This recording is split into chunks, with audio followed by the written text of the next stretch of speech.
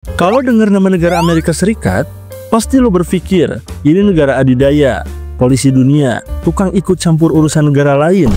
Tapi lo tahu gak, negara ini lahir karena orang Inggris ngambek gak mau bayar pajak teh.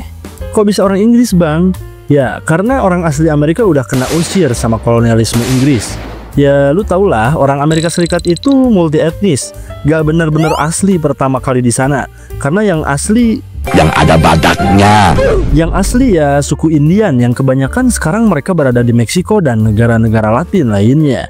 Balik lagi ke kenapa Amerika yang isinya orang-orang buangan Inggris ini bisa merdeka. Jadi gini cuy ceritanya. Awalnya Inggris butuh duit. Tahun 1600-an Inggris bikin koloni di Amerika Utara. Niat awalnya mereka hanya cari rempah-rempah. Hasilnya malah ngejajah sampai jadi ladang pajak cuy. Ketika nemuin tanah jajahannya di Amerika Utara ini, Inggris suka.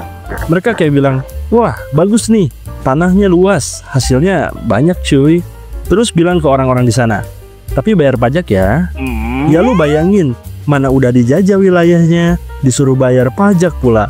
Orang normal mana yang gak kesel coba. Tahun 1773 Inggris naikin pajak teh buat koloninya di Amerika. Tapi koloni ini nggak punya perwakilan di parlemen.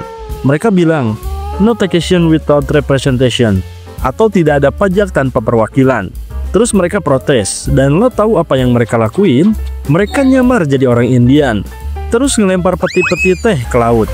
Dulu di Indonesia pemberontakan menggunakan ya minimal bambu runcing lah. Di sana pemberontakan dimulai dari nyeburin teh. Bukan teteh-teteh Bandung ya, anjir gue masih.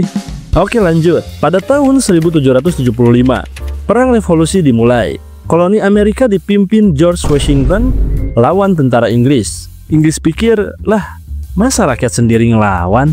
Tapi bro, lo jangan salah, pasukan koloni ini emang seadanya. Tapi mereka marah, lapar, dan benci pajak. Selang 1 tahun dari pemberontakan tersebut, tanggal 4 Juli 1776 mereka bikin dokumen penting yang bernama Declaration of Independence.